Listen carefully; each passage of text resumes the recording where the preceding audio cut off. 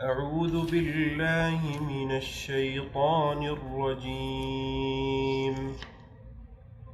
والتي أحصنت فرجها فنفخنا فيها من روحنا وجعلناها وابنها آية للعالمين. إن هذه أمتكم أمة واحدة وأنا ربكم فاعبدون. وتقطعوا أمرهم بينهم كل إلينا راجعون. فمن يعمل من الصالحات وهو مؤمن فلا كفران لسعيه وإنا له كاتبون. وحرام على قرية أهلكناها أنهم لا يرجعون حتى إذا فتحت يأجوج ومأجوج وهم من كل حدب ينسلون. واقترب الوعد الحق فإذا هي شاخصة أبصار الذين كفروا يا ويلنا قد كنا في غفلة من هذا بل كنا ظالمين. السلام علیکم ورحمۃ اللہ وبرکاتہ۔ اعوذ باللہ من الشیطان الرجیم، بسم اللہ الرحمن الرحیم۔ واللتی احسنت فرجہا، اور وہ خاتون جس نے اپنی شرمگاہ کی حفاظت کی، فنفخنا فیہا من روحنا، اور ہم نے اس میں اپنی روح پھونک دی، وجعلناہا، اور بنایا ہم نے اس کو، وابنہا، اور اس کے بیٹے کو، آیتاً للعالمین، نشانی سارے جہان والوں کے لیے۔ اس آیت میں اللہ تعالیٰ نے حضرت مریم اور ان کے بیٹے حضرت عیسیٰ علیہ السلام کا ذکر فرمایا ہے۔ اس سے پہلے بنی اسرائیل کے انبیاء کا ذکر ہو چکا، اب آخر میں حضرت عیسیٰ علیہ السلام کا ذکر کیا جا رہا ہے۔ حضرت عیسیٰ علیہ السلام بنی اسرائیل کے انبیاء میں سے سب سے آخری نبی ہیں۔ عیسیٰ علیہ السلام کے بعد بنی اسرائیل سے کوئی اور نبی نہیں آیا۔ اللہ تعالیٰ نے ساتھ میں یہ بات ارشاد فرمائی ہے کہ ہم نے عیسیٰ علیہ السلام کو بھی اور ان کی والدہ کو بھی نشانی بنایا ہے سارے جہان والوں کے لیے۔ وہ نشانی کیا ہے یا وہ نشانیاں کیا ہے، اس کے بارے میں گفتگو ہوگی، اور اس کے بعد عیسیٰ علیہ السلام کے حوالے سے کچھ وضاحت بھی کرنا چاہوں گا۔ سب سے پہلی بات تو یہ ہے کہ خود حضرت عیسیٰ علیہ السلام کی جو پیدائش ہے وہ سارے جہان والوں کے لیے ایک نشانی ہے۔ باقی انبیاء جتنے بھی ہیں آدم علیہ السلام کے بعد، وہ سارے اللہ تعالیٰ کے ایک قانون کے تحت پیدا ہوئے ہیں، لیکن عیسیٰ علیہ السلام کی جو پیدائش ہے وہ معجزاتی پیدائش ہے۔ اس لیے اللہ تعالیٰ نے یہ بات ارشاد فرمائی ہے کہ عیسیٰ علیہ السلام کی مثال جو ہے نا وہ آدم علیہ السلام جیسی ہے۔ ان مثل عیسیٰ عند اللہ کمثل آدم، جس طرح ہم نے آدم علیہ السلام کو اپنے امر سے پیدا کیا، اسی طرح اللہ تعالیٰ نے عیسیٰ علیہ السلام کو بھی اپنے امر سے پیدا کیا بغیر باپ کے۔ آدم علیہ السلام کی جو پیدائش تھی وہ اس میں نہ ماں تھی نہ باپ تھا۔ اللہ فرماتے ہیں خلقہ من تراب، اللہ تعالیٰ نے مٹی سے اس کو بنایا، ثم قال لہ کن فیکون، پھر اللہ نے امر دیا اس کو، اللہ نے حکم دیا مٹی کا پتلا بنا کے، اللہ تعالیٰ نے اس کو حکم دیا کہ اب تو انسان بن جا، تو وہ انسان بن گیا۔ بالکل اسی طرح معجزاتی طور پہ عیسیٰ علیہ السلام کی پیدائش بھی ہوئی۔ پیدائش سے پہلے اللہ فرماتے ہیں کہ ہم نے فرشتے کو بھیجا مریم کی طرف سے، اور یہ ہم سورہ آل عمران میں پڑھ چکے ہیں کہ جو حضرت مریم کی والدہ تھی عمران کی زوجہ، انہوں نے یہ نظر مانی تھی کہ یا اللہ جو کچھ بھی ہونے والا ہے میں اس کو تیرے دین کے لیے وقف کروں گی۔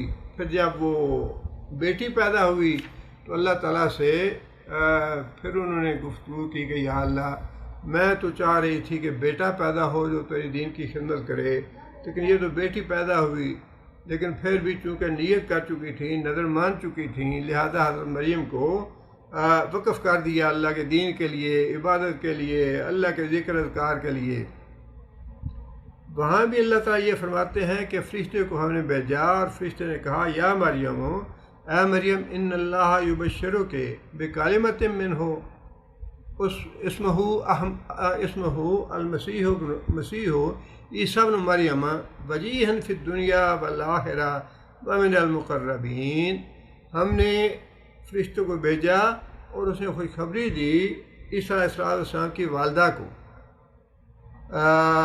ایک فرمان کی، اور اس کے نتیجے میں ہم نے بتایا مریم کو کہ مسیح عیسیٰ پیدا ہوں گے جو دنیا میں بھی عزت والے ہوں گے اور آخرت میں بھی عزت والے ہوں گے اور اللہ تعالیٰ کے مقرب بندوں میں سے ہوں گے۔ یہ جو پیدائش ہے عیسیٰ علیہ السلام کی عام قانون سے ہٹ کے ہوئی، لہٰذا یہ بھی ایک نشانی ہے پورے جہان والوں کے لیے۔ حضرت عیسیٰ علیہ السلام کی اس معجزانہ پیدائش کے بعد بنی اسرائیل کے دو گروہ بن گئے۔ ایک گروہ تو وہ تھا جس نے یہ الزام لگایا کہ عیسیٰ علیہ السلام معاذ اللہ ولد الزنا ہیں اور مریم علیہ السلام جو ہیں وہ پاک نہیں ہیں، ان پہ زنا کا الزام لگایا اور عیسیٰ علیہ السلام کی جان کے دشمن بن گیا اور ان کو قتل کرنے کی کوششیں شروع کر دی انہوں نے۔ ایک گروہ تو یہ تھا جو اس انتہا پہ چلا گیا کہ ان پہ بدکاری کا الزام لگا کے ان کے جانی دشمن بن گئے اور انہیں قتل کرنا چاہا۔ دوسرا گروہ وہ تھا بنی اسرائیل کا جو دوسری انتہا پہ چلا گیا اور اس نے یہ دعویٰ کر دیا کہ عیسیٰ علیہ السلام جو ہیں یہ تو قانون نہیں کہ باپ کے بغیر اولاد پیدا ہو، اور اگر عیسیٰ علیہ السلام پیدا ہوئے ہیں تو ان کا بھی باپ ہونا چاہیے، اور ان کے باپ اللہ تعالیٰ ہیں، مریم جو ہیں وہ اللہ کی بیوی ہیں۔ یہ وہ دوسری انتہا تھی گمراہی کی، اور یہودیوں کی جو سوچ تھی وہ گمراہی کی ایک انتہا تھی۔ عیسائی جو ہے وہ اس طرح سے گمراہ ہو گئے، تو گویا کہ یہ ایک یوں سمجھ لیے کہ آزمائش تھی بنی اسرائیل کے لیے کہ عیسیٰ علیہ السلام کی پیدائش کے بارے میں وہ صحیح سوچ رکھتے ہیں یا نہیں، لیکن دونوں گروہ جو تھے وہ گمراہ ہو گئے، جو افراد تفریق میں مبتلا ہوئے۔ دوسری نشانی کیا تھی عیسیٰ علیہ السلام کی جو عام قانون سے ہٹ کے تھی؟ وہ یہ تھی کہ عیسیٰ علیہ السلام پہ، حضرت مریم پہ جب یہودیوں نے الزام لگایا کہ یہ تم نے کیا پاپ کیا ہے، تم نے بہت بڑا گناہ کیا ہے، بغیر باپ کے تمہارے ہاں بیٹا پیدا ہو گیا ہے، تو حضرت مریم نے بیٹے کی طرف اشارہ کیا کہ اس سے بات کرو۔ تو یہودیوں نے یا بنی اسرائیل کے لوگوں نے کہا کہ یہ کیسے ہو سکتا ہے کہ یہ چھوٹا سا بچہ ہے چند دن کا تو یہ کلام کرے گا، لیکن اللہ تعالیٰ نے حضرت عیسیٰ علیہ السلام کو قوت گویائی عطا فرمائی، اور عیسیٰ علیہ السلام نے اپنی زبان سے یہ بات کہی چند دنوں کے ہوتے ہوئے، انی عبداللہ، میں تو اللہ کا بندہ ہوں، آتانی الکتاب وجعلنی نبیا، اللہ نے مجھے کتاب بھی دی ہے اور مجھے نبی بنایا ہے۔ یعنی بچپن میں ہی اللہ تعالیٰ نے یہ نبوت بھی عطا کر دی، کتاب کی بشارت بھی دے دی، اور بچپن میں ہی ان کی زبان سے یہ بات نکلوائی اور قوت گویائی عطا فرمائی۔ دوسری جگہ پہ اللہ تعالیٰ نے اس نشانی کا ذکر الگ سے بھی فرمایا ہے، وَيُكَلِّمُ النَّاسَ فِي الْمَهْدِ، کہ وہ جو بچہ پیدا ہوگا مریم کے ہاں، وہ گہوارے میں بھی، مطلب چھوٹی عمر میں بھی لوگوں سے بات کرے گا، وَكَهْلًا، اور کہولت میں بھی۔ اب جب عیسیٰ علیہ السلام کہولت کا زمانہ دنیا میں ابھی انہوں نے دیکھا نہیں ہے، اب کہولت کا زمانہ جو ہے ان پہ آنا، وہ بھی اس بات کی علامت ہے کہ وہ ابھی فوت نہیں ہوئے، اور بڑھاپا آئے گا ان پہ، اور اس میں بھی وہ گفتگو کریں گے۔ یہ جو بچپن میں بات کرنی تھی حضرت عیسیٰ علیہ السلام کی، یہ ہے دوسری نشانی جس کا اللہ نے ذکر فرمایا ہے۔ اور تیسری نشانی کیا ہے؟ تیسری نشانی یہ ہے کہ اللہ تعالیٰ نے انبیاء کو ان کے دشمنوں سے دنیاوی وسائل کے تحت بچایا ہے، ان کی حفاظت کی ہے دنیاوی وسائل کے تحت۔ نوح علیہ السلام کو اللہ تعالیٰ نے بچا لیا، لیکن فرمایا کہ کشتی بنا لو، طوفان آئے گا، تم اور تمہارے اوپر ایمان لانے والے بچا لیے جائیں گے۔ موسیٰ علیہ السلام کو بھی اللہ تعالیٰ نے دنیاوی جو اسباب تھے سامنے نظر آنے والے، ان کے ذریعے بچا لیا، سمندر کو راستے بنا دیے سمندر میں، اور موسیٰ علیہ السلام کو بچا لیا گیا، ان کے پیروکاروں کو بھی۔ اسی طرح ہود علیہ السلام، صالح علیہ السلام، ان کو بھی جب عذاب آنا تھا تو اللہ تعالیٰ نے فرما دیا کہ تم ہجرت کر کے چلے جاؤ، یہاں سے بستی خالی کر دو، اور پچھلے جو ہے وہ تباہ کر دیے جائیں گے، اور تم لوگ اور تم پہ ایمان لانے والے وہ بچا لیے جائیں گے۔ حتیٰ کہ حضرت محمد صلی اللہ علیہ وسلم کو بھی اللہ تعالیٰ نے ہجرت کے ذریعے بچایا، لیکن عیسیٰ علیہ السلام کو اللہ تعالیٰ نے دشمنوں سے بالکل ایک الگ طریقے سے بچایا۔ وہ طریقہ کیا تھا؟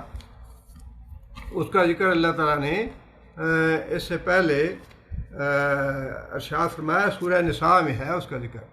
اللہ فرماتے ہیں وَقَوْلِهِمْ إِنَّا قَتَلْنَا الْمَسِيحَ عِیسیٰ ابْنَ مَرْیَمَ رسول اللہ، جو یہودی تھے بنی اسرائیل، انہوں نے یہ دعویٰ کیا کہ ہم نے مسیح عیسیٰ ابن مریم کو قتل کر دیا ہے۔ وہ قتل کرنا چاہتے تھے، قتل کی بہت سی کوششیں کی انہوں نے، اور پھر یہ دعویٰ بھی کیا کہ ہم نے جو اللہ کا رسول تھا عیسیٰ علیہ السلام، اس کو قتل کیا ہے۔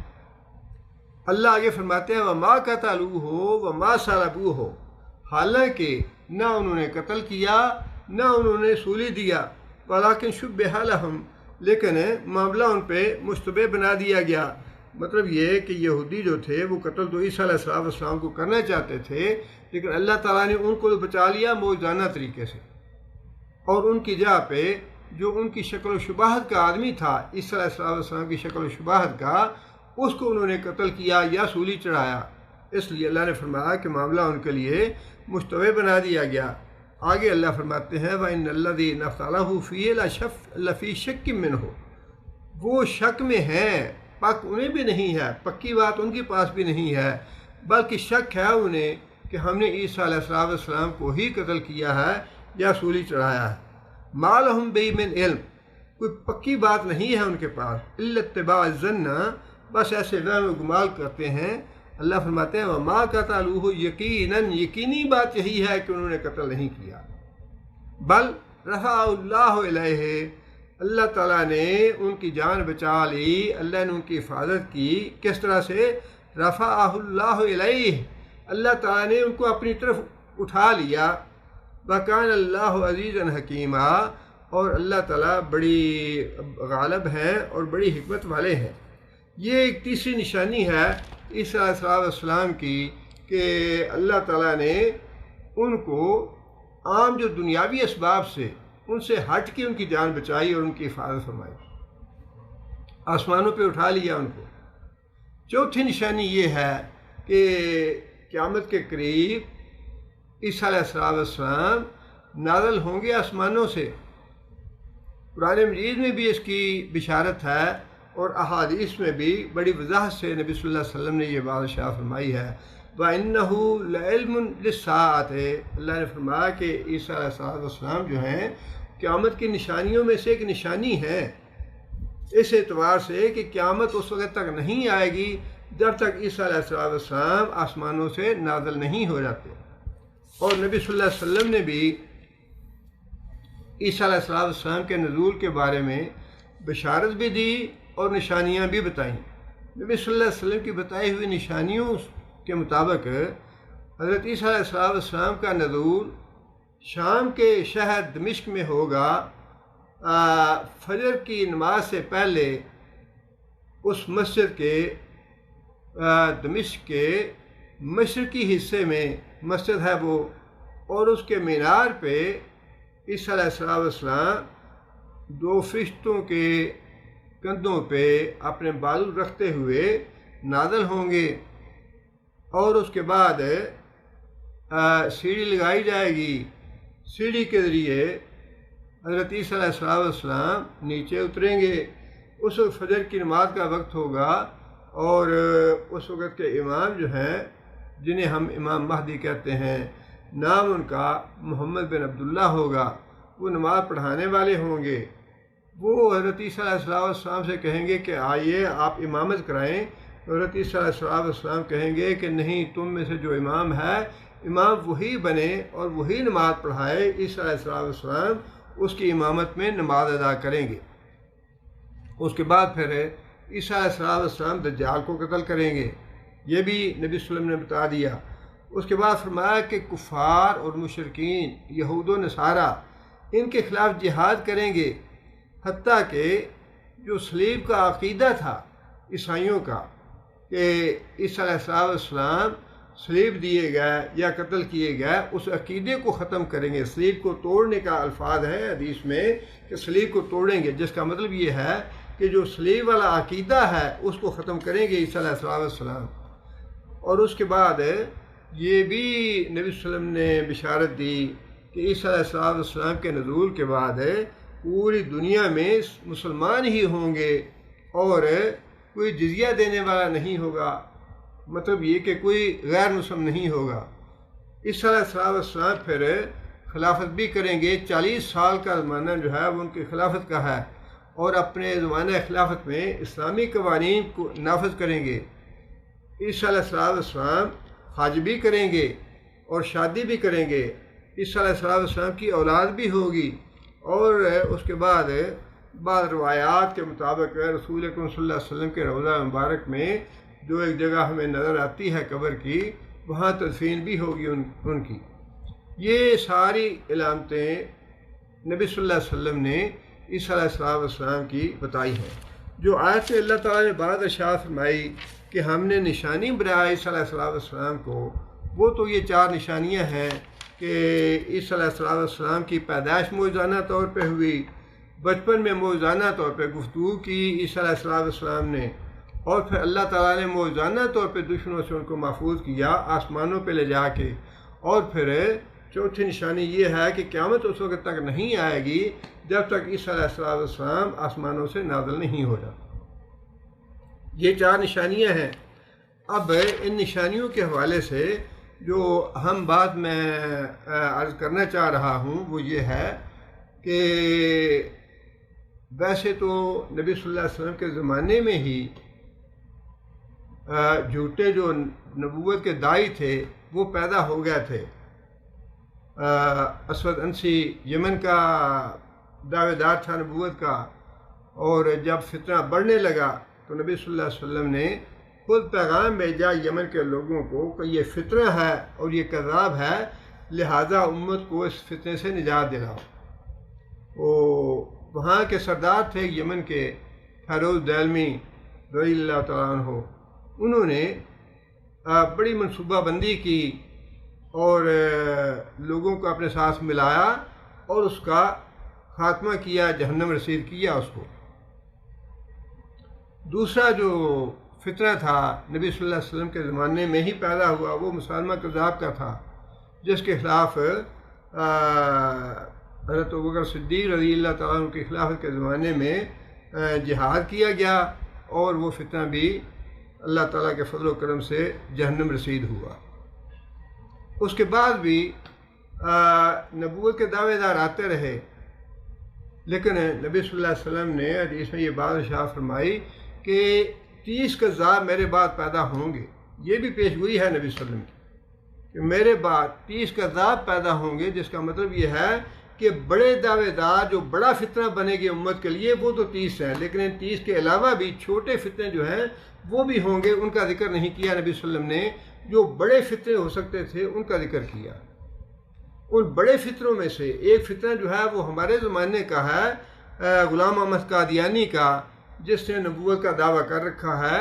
اس کے بارے میں تھوڑی سی وضاحت کرنا چاہتا ہوں تاکہ لوگوں کو الحمدللہ اللہ کے فضل و کرم سے جن لوگوں کا ایمان پکا ہے وہ تو ویسے ہی پکے ہیں اپنے ایمان پہ کہ اللہ کے رسول کے بعد بس کوئی دوسرا نبی آ نہیں سکتا، اور جو بھی دعوے دار ہے وہ جھوٹا ہے۔ لیکن کچھ ہمیں دلائل بھی معلوم ہونے چاہیے کہ ہم اس کو جھوٹا کہتے ہیں تو کن دلائل کی وجہ سے کہتے ہیں۔ اس میں سب سے اہم بات یہ ہے کہ مرزائیوں کے دعوی نبوت کی بنیاد کیا ہے۔ مرزائیوں کے دعوی نبوت کی بنیاد یہ ہے کہ عیسیٰ علیہ السلام جو اللہ کے نبی تھے وہ فوت ہو چکے ہیں، تبھی وفات ہو چکی ہے ان کی، اور مرزائیوں کے قول کے مطابق عیسیٰ علیہ السلام کی قبر جو ہے وہ کشمیر میں کسی جگہ پہ ہے، اور ان کا کہنا یہ ہے، مرزائیوں کا دعویٰ یہ ہے کہ جس مسیح موعود کے آنے کا نبی صلی اللہ علیہ وسلم نے ہمیں بتایا ہے، پیش گوئی فرمائی ہے، وہ یہی غلام احمد قادیانی ہے۔ یہ ہے بنیاد ان کے عقیدے کی۔ حضرت عیسیٰ علیہ السلام کے بارے میں ان کا عقیدہ ہے وہ فوت ہو چکے ہیں۔ وہ اس بات کو نہیں مانتے کہ اللہ تعالیٰ نے ان کو قتل کی سازش سے بچانے کے لیے آسمانوں پہ اٹھا لیا اور پھر قیامت سے پہلے آسمانوں سے وہ نازل ہوں گے، یہ اس بات کو نہیں مانتے، اور اسی بات کو بنیاد بنا کے ان کا دعویٰ یہ ہے کہ غلام احمد قادیانی وہی مسیح موعود ہے جس کا نبی صلی اللہ علیہ وسلم نے وعدہ فرمایا ہے۔ اب ایک بات تو یہی ہے کہ ہمیں یہ دیکھنا چاہیے کہ جو نشانیاں نبی صلی اللہ علیہ وسلم نے بتائی ہیں کیا وہ ساری نشانیاں اس میں پائی جاتی ہیں غلام احمد قادیانی میں۔ غلام احمد قادیانی کے بارے میں سب سے پہلی بات تو یہ ہے کہ وہ قادیان میں پیدا ہوا اور پھر اس نے کبھی دمشق کا سفر نہیں کیا، اس نے حج بھی نہیں کیا، اور پھر اس کی موت جو ہے وہ بھی وہیں قادیان میں ہوئی، حالے کے مرض سے بیت الخلاء میں موت ہوئی اس کی، بڑی بدترین اور بڑی رسوا کن موت تھی اس کی۔ اور پھر جو عیسیٰ علیہ السلام ہیں ان کے بارے میں تو یہ واضح ہے کہ جو محمد بن عبداللہ امام مہدی ہیں ان کے ساتھ مل کے دجال کا تعاقب کریں گے، اور تل ابیب کے مقام پہ دجال کو اپنے نیزے سے قتل کریں گے، اور پھر اس نیزے پہ جو خون ہوگا وہ بھی دکھائیں گے لوگوں کو کہ میں نے اس کو قتل کر دیا ہے۔ یہاں اس بات کی وضاحت بھی کرنی چاہیے کہ دجال کو قتل کریں گے، دجال کے بارے میں بعض لوگوں میں یہ غلط فہمی پائی جاتی ہے کہ شاید جو دجال کے بارے میں نبی صلی اللہ علیہ وسلم نے باتیں بتائی ہیں وہ ایسی ہیں کہ جو بھی ملک یا جو بھی سپر پاور جو ہے، جو اگر اس میں وہ نشانیاں پائی جاتی ہیں تو وہی دجال ہے۔ یہ بات غلط ہے۔ دجال ایک شخص کا نام ہے، ایک آدمی کا نام ہے، اور اس کی علامتیں بھی بتائی نبی صلی اللہ علیہ وسلم نے، اور اس وقت وہ سمندر کے کسی جزیرے میں قید ہے، اور وہ جب اللہ تعالیٰ کا امر ہوگا تو اس جزیرے سے نکلے گا اور دنیا میں اس کو اللہ تعالیٰ طاقت دیں گے بارش برسانے کی، زمین سے فصل اگانے کی، زندہ کرنے کی، مارنے کی، اور بیمار کو صحت مند کرنے کی، اور اسی طرح کی بعض چیزیں جو ہیں اس کو اللہ تعالیٰ اختیار دے گا لوگوں کی آزمائش کے لیے۔ بہت بڑا فتنہ ہوگا، وہ بہت بڑی آزمائش ہوگی۔ نبی صلی اللہ علیہ وسلم نے فرمایا کہ دجال کے فتنے سے پناہ مانگو، اور یہ بھی فرمایا کہ اگر تمہارے زمانے میں دجال آئے تو اس کا سامنا نہ کرنا، بڑی سخت آزمائش ہوگی۔ اس لیے دجال جو ہے وہ بعض شر کی قوتوں کا نام نہیں ہے، بلکہ وہ ایک متعین شخص ہے جو اپنے وقت پہ ظاہر ہوگا، اور اس کو عیسیٰ علیہ السلام اپنے نیزے سے قتل کریں گے۔ اور اس کے علاوہ دوسری بات جو نبی صلی اللہ علیہ وسلم نے ارشاد فرمائی وہ یہ تھی کہ عیسیٰ علیہ السلام اپنے زمانے میں جتنے بھی کفار ہیں، مشرکین ہیں، یہود و نصارہ ہیں، جتنے بھی ہیں ان کے خلاف جہاد کریں گے اور صلیب کا عقیدہ توڑیں گے۔ اب اگر آپ لوگوں نے غلام محمد قادیانی کے تاریخ اور اس کی زندگی کے حالات پڑھے ہوں، اس میں ایک دفعہ نہیں کئی دفعہ اس نے یہ بات لکھی ہے کہ برطانیہ جو ہے وہ ہماری موسن حکومت ہے، اس کے خلاف جہاد کرنا حرام ہے، اور میں جب تک زندہ ہوں میں نے اتنے فتوے دے دیے جہاد کو حرام کرنے کے، جہاد ان کے خلاف نہیں ہے۔ اس نے تو جہاد کی حرمت کے بہت سے فتوے دیے ہیں۔ اس لیے اس کو تو بنایا ہی یا پیدا ہی یہود و نصارہ نے کیا تھا، اس لیے اس کی تو کتابیں بھری ہوئی ہیں یہود و نصارہ کے خلاف جہاد کی حرمت میں کہ ان کے خلاف جہاد نہیں ہے بلکہ یہ ہماری موسن حکومتیں ہیں، اور جو کوئی ان کی حکومتوں کے خلاف خروج کرے گا وہ حرامی ہے۔ بڑے اس کی زبان جو ہے بڑی بدتمیز آدمی تھا اور بڑا بدزبان آدمی تھا۔ اپنے جو نہ ماننے والے ہیں ان کے لیے کنجری کے لفظ، بدکار کے لفظ اور بڑے گھٹیا قسم کے الفاظ جو ہیں وہ اس نے استعمال کیے ہیں۔ اس نے جہاد نہیں کیا کفار مشرکین کے خلاف بلکہ ان کی خدمت کی ہے، ان کی حکومت کو استحکام کر دینے کی کوشش کی ہے، اور آج تک ان کو پناہ دی ہوئی ہے یہود و نصارہ نے۔ وجہ اس کی کیا ہے؟ وجہ اس کی یہی ہے کہ وہ یہود و نصارہ کا تحفظ کر رہے ہیں، ان کے مفادات کا، اور اس کے بدلے میں یہود و نصارہ جو ہیں وہ غلام محمد قادیانی کا جتنا بھی سلسلہ ہے مرزائیوں کا اس کو تحفظ دیا ہوا انہوں نے۔ اسرائیل میں ان کا مرکز ہے، برطانیہ میں ان کا جو سب سے بڑا مرکز ہے برطانیہ میں ہے، امریکہ میں ان کو تحفظ حاصل ہے، اور چونکہ پاکستان نے ان کو غیر مسلم قرار دیا ہوا ہے لہذا پاکستان کے وہ پکے دشمن ہیں۔ پاکستان کے آئین میں ان کو غیر مسلم قرار دیا گیا ہے، لیکن آج تک انہوں نے پاکستان کے آئین کو تسلیم نہیں کیا۔ ان کی پوری کوشش یہ ہے کہ پاکستان کے آئین کے اس قانون کو کسی طرح بدلوا دیا جائے۔ تو یہ ساری باتیں جتنی بھی نبی صلی اللہ علیہ وسلم نے بتائی ان میں سے کوئی ایک بھی بات ایسی نہیں ہے، کوئی ایک نشانی ایسی نہیں ہے جو نبی صلی اللہ علیہ وسلم نے حضرت عیسیٰ علیہ السلام کے بارے میں بتائی ہو اور وہ نشانی غلام محمد قادیانی پہ منطبق ہوتی ہو۔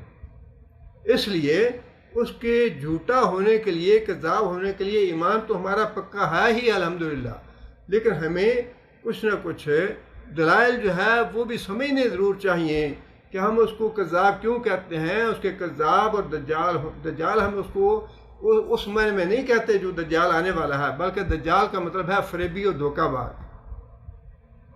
دھوکہ باز تھا، فریب کار تھا، کذاب تھا، اور کوئی ایک بھی علامت نبی صلی اللہ علیہ وسلم کی بتائی ہوئی حضرت عیسیٰ علیہ السلام کے بارے میں وہ اس پہ منطبق نہیں ہوتی۔ اس لیے یہ بات تو بالکل واضح ہے کہ اور پھر وہ دفن بھی وہاں قادیان میں ہوا ہے، جبکہ عیسیٰ علیہ السلام جو ہیں ان کے بعض روایات کے مطابق تدفین جو ہے وہ نبی صلی اللہ علیہ وسلم کے روضے میں ہونی ہے۔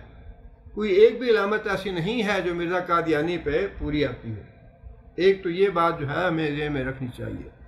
لیکن دوسری جو غلط فہمی ڈالتے ہیں مرزائی مسلمانوں کو، ان کو گمراہ کرتے ہیں، اور عام سیدھے سادے مسلمان جو ہیں ان کے فریب میں آ جاتے ہیں. اور وہ بات جو ہے، جو آدمی دلائل کو نہیں جانتا یا جس کو دین کا علم نہیں ہے، وہ تو واقعی اس فریب میں آ جائے گا. اس لیے جو مرزائی ہیں وہ عام مسلمانوں کو، جو سیدھے سادے مسلمان ہیں، دین کا علم نہیں رکھتے، انہیں فریب یہ دیتے ہیں کہ دیکھو جو کلمہ تم پڑھتے ہو وہی کلمہ ہم پڑھتے ہیں، جو اذان تم دیتے ہو وہی اذان ہم دیتے ہیں، جو نماز تم پڑھتے ہو وہی نماز ہم پڑھتے ہیں، جو قرآن تم پڑھتے ہو وہی قرآن ہم پڑھتے ہیں، جو روزے تم رکھتے ہو وہی روزے ہم رکھتے ہیں. یہ ایک بہت بڑا گمراہی کا، دھوکے کا، فریب کا جال ہے جس کو سمجھنے کی ضرورت ہے. یہ بات بالکل ٹھیک ہے، لیکن ہمارے جو بعض حکمران تھے، اللہ تعالیٰ معاف کرے، دین کا علم نہ ہونے کی وجہ سے وہ بھی بڑا عرصے تک اس فریب میں مبتلا رہے. حتیٰ کہ محمد علی جناح جو تھے رحمۃ اللہ علیہ، جو انہوں نے اپنا وزیر خارجہ بنایا، اس کو ظاہر ہے ان کو ان چیزوں کا یا ان مسائل کی باریکیوں کا علم نہیں تھا. لیکن اس کے مقابلے میں آپ یہ دیکھیے کہ وہ جو وزیر خارجہ تھا ظفر اللہ، اس نے قائد اعظم محمد علی جناح کی نماز جنازہ نہیں پڑھی کہ یہ کافر ہے، میں مسلمان ہوں. ان کا معاملہ دیکھیں اور ہمارے سیدھے سادے لوگوں کا معاملہ دیکھیں. اور جب تک ہماری اسمبلی نے یا ہمارے ملک نے باقاعدہ پورا ایک لمبی مدت اسمبلی میں باتیں کر کے اس بات کو کا نکھار نہیں کیا اور اس بات کا امتیاز نہیں کیا، جب تک تو ہمارے بڑے بڑے پڑھے لکھے جو حکمران تھے وہ سارے اسی وہم میں مبتلا تھے، وہ سارے اسی فریب میں مبتلا تھے. حتیٰ کہ ضیاء الحق صاحب کے بارے میں کیا حال ہے کہ اس کی جو نظریہ پاکستان سے اور اسلام سے وفاداری ہے وہ بالکل ہر قسم کے شک و شبہ سے بالا ہے. لیکن ابتدا میں ان کو بھی سمجھانی پڑی یہ بات. ان کے دل میں بھی نرم گوشہ آ گیا کسی طرح سے کہ نماز، روزہ، قرآن، کلمہ سب کچھ یہ مسلمانوں والا ہے، پھر یہ کیسے کافر ہوئے. اور یہ آج بھی یہی دھوکہ اور فریب جو ہے مسلمانوں کو دیا جاتا ہے. اس کا جو ویسے تو وہ جو کارروائی ہے اسمبلی کی، اس میں اللہ تعالیٰ جزائے خیر دے.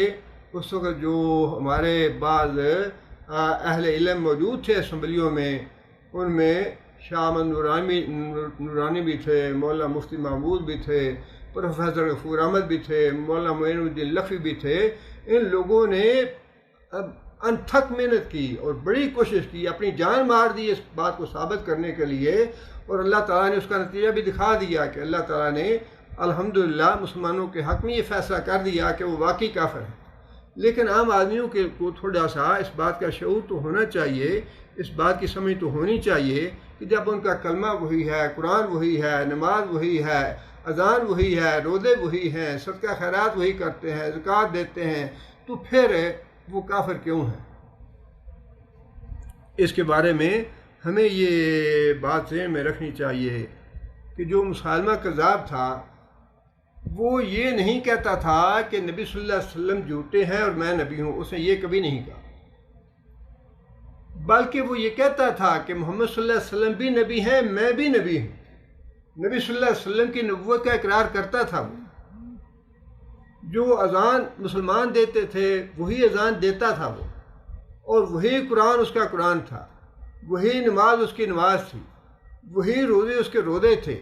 مسلمہ کذاب اور اس کے جو پیروکار تھے وہ ساری نمازیں، روزے، قرآن، اذان اور جو کچھ بھی تھا وہ سارا فالو کرتے تھے، اس کو سب کچھ کرتے تھے. لیکن جھگڑا کس بات کا تھا؟ جھگڑا اس بات کا تھا کہ اے محمد صلی اللہ علیہ وسلم، میں بھی آپ بھی نبی ہیں، میں بھی نبی ہوں، اور میں آپ کا شراکت دار ہوں. جب آپ دنیا سے رخصت ہو جائیں گے تو میں آپ کا خلیفہ بنوں گا، پھر میں نبوت کا دعوے دار ہوں گا. نبی صلی اللہ علیہ وسلم نے ایک تنکا اٹھا کے فرمایا تھا کہ اس ایک تنکے برابر بھی میں تمہیں اس میں شریک کرنے اللہ نے حکم نہیں دیا کہ شریک کروں تمہیں.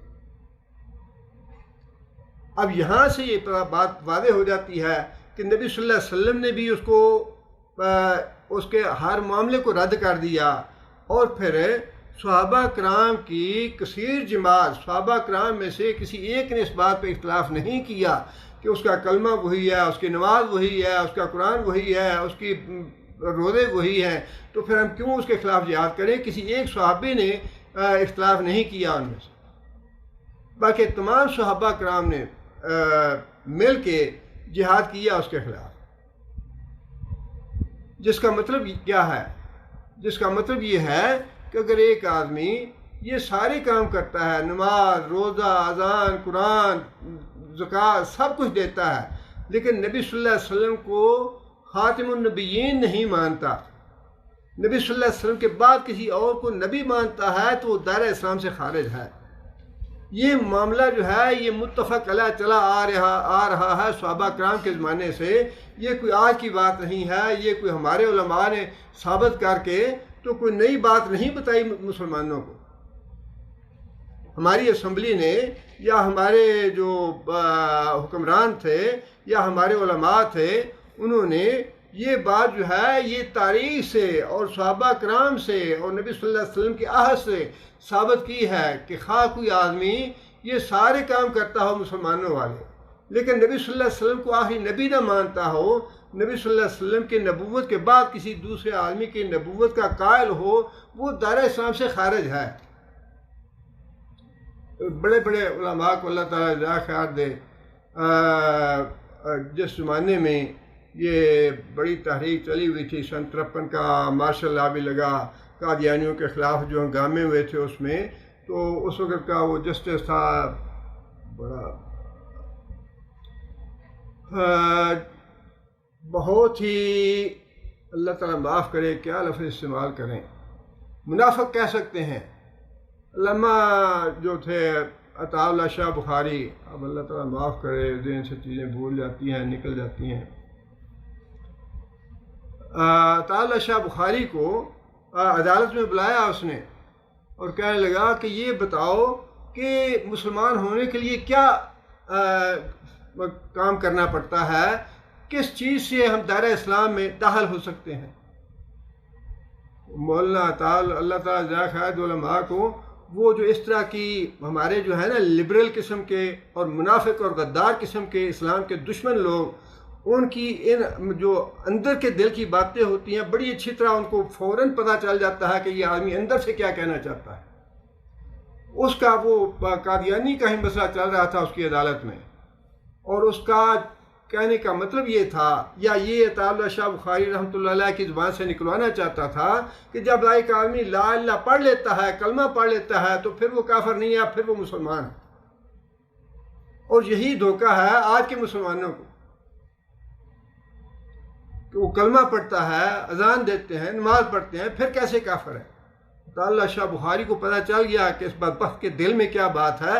عطا اللہ شاہ بخاری کہنے لگے کہ اسلام کے دائرے میں داخل ہونے کے لیے ایک ہی بات ضروری ہے، لا الہ الا اللہ محمد رسول اللہ پڑھ لے، لیکن دائرہ اسلام سے خارج ہونے کے لیے 100 وجوہات ہیں۔ دائرہ اسلام سے خارج ہونے کے لیے 100 وجوہات ہیں، جو ان وجوہات میں سے کسی ایک پہ بھی عمل کرے گا وہ دائرہ اسلام سے نکل جائے گا۔ اور یہ قادیانی جو ہے مرزا غلام محمد قادیانی، یہ اس نے نبوت کا دعویٰ کر کے اس حد کو توڑ دیا ہے جو دائرہ اسلام ہے، اس سے باہر نکل گیا ہے، یہ ہمارے نزدیک کافر ہو گیا۔ اس لیے یہ بات ہمیں ذہن میں رکھنی چاہیے کہ کلمہ ٹھیک ہے پڑھیں، نماز بھی پڑھتے ہیں، روزے بھی رکھتے ہیں، قرآن بھی پڑھتے ہیں، سب کچھ کرتے ہیں وہ، لیکن جب وہ نبی صلی اللہ علیہ وسلم کو خاتم النبیین نہیں مانتے، نبی صلی اللہ علیہ وسلم کے بعد انہوں نے دوسرا نبی بنا لیا، تو وہ دائرہ اسلام سے نکل گیا، دائرہ اسلام سے خارج ہو گیا، وہ اب کافر ہے، وہ مسلمان نہیں ہے۔ یہ بڑی اہم بات تھی عیسیٰ علیہ السلام کے حوالے سے، کیونکہ ان کے ساری اس عمارت کی بنیاد جو ہے نا وہ یہی ہے کہ عیسیٰ علیہ السلام فوت ہو چکے ہیں، اور اللہ تعالیٰ نے یہاں جو قرآن میں یہ بات ارشاد فرمائی کہ عیسیٰ علیہ السلام کو ہم نے نشانی بنایا ہے، وَجَعَلْنَاهَا وَابْنَهَا آیَةً لِلْعَالَمِينَ، نشانی بنایا ہے۔ نشانی اگر وہ فوت ہو گئے ہیں تو نشانی کس بات کی ہیں؟ یہی تو نشانی ہے کہ وہ ابھی تک فوت نہیں ہوئے۔ اللہ تعالیٰ نے دشمنوں کے سازشوں سے بچانے کے لیے ان کو موزانہ طور پہ آسمانوں پہ اٹھا لیا۔ یہ ہے نشانی عیسیٰ علیہ السلام کی۔ اور اگر ہم یہ کہنا شروع کر دیں کہ وہ تو تبھی موت وفات پا چکے ہیں تبھی موت سے، تو پھر نشانی کیسی رہی؟ لیکن یہ بھی مرزائیوں کے جھوٹا ہونے کی دلیل ہے کہ وہ عیسیٰ علیہ السلام کے بارے میں یہ ایمان رکھتے ہیں کہ وہ فوت ہو چکے ہیں، اور بعد میں جو آنے والا مسیح موعود ہے وہ غلام احمد قادیانی۔ یہ ساری چیزیں جو ہے نا، یہ بڑی ایک دوسرے سے جڑی ہوئی ہیں۔ اللہ تعالیٰ نے 14 سال پہلے یہ بتا دیا کہ عیسیٰ علیہ السلام جو ہیں بہت سی نشانیاں لے کے آنے والے ہیں، اور ان میں سے ایک نشانی یہی ہے کہ عیسیٰ علیہ السلام کی پیدائش، عیسیٰ علیہ السلام کا بچپن میں بولنا، عیسیٰ علیہ السلام کا آسمانوں پہ چلے جانا، اور عیسیٰ علیہ السلام کا آسمانوں سے نازل ہونا، یہ ساری علامتیں، ساری نشانیاں اس کذاب اور دجال اور مکار اور فریبی آدمی کے جھوٹا ہونے کے دلائل ہیں۔ اللہ تعالیٰ ہمیں سمجھنے کی توفیق عطا فرمائے۔ سبحان ربک رب العزت عما یصفون وسلام علی المرسلین والحمد للہ رب العالمین۔ ربنا آتنا فی الدنیا حسنۃ وفی الآخرۃ وقنا عذاب النار۔ ربنا ظلمنا انفسنا ان لم تغفر لنا وترحمنا لنكونن من الخاسرین۔ ربنا هب لنا من ازواجنا وذرياتنا قرة اعين واجعلنا للمتقين اماما۔ ربنا اصرف عنا عذاب جهنم ان عذابها كان غراما انها ساءت مستقرا ومقاما۔ اللهم اعز الاسلام والمسلمين، اللهم اعز الاسلام والمسلمين، اللهم اذل الشرك والمشركين، اللهم دمر اعداء الدين، اللهم نبر قلوبنا بنور الايمان، اللهم ثبتنا على الإسلام، اللهم اغفر لجميع المؤمنين والمؤمنات الأحياء منهم والأموات۔ ربنا تقبل منا إنك أنت السميع العليم وتب علينا إنك أنت التواب الرحيم۔